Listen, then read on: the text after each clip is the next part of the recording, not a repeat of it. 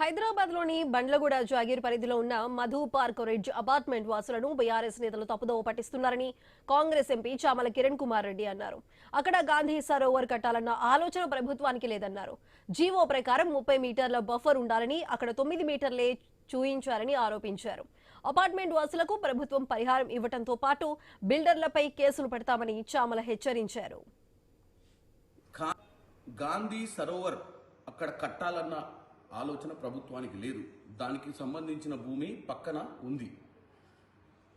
ఈ యొక్క Madhu park ridge builders 2012 ఉన్నటువంటి బిల్డింగ్ పర్మిషన్స్ ఉన్నటువంటి జీవో ప్రకారము 30 మీటర్స్ బఫర్ ఉండాల్సిన అవసరం ఉంది.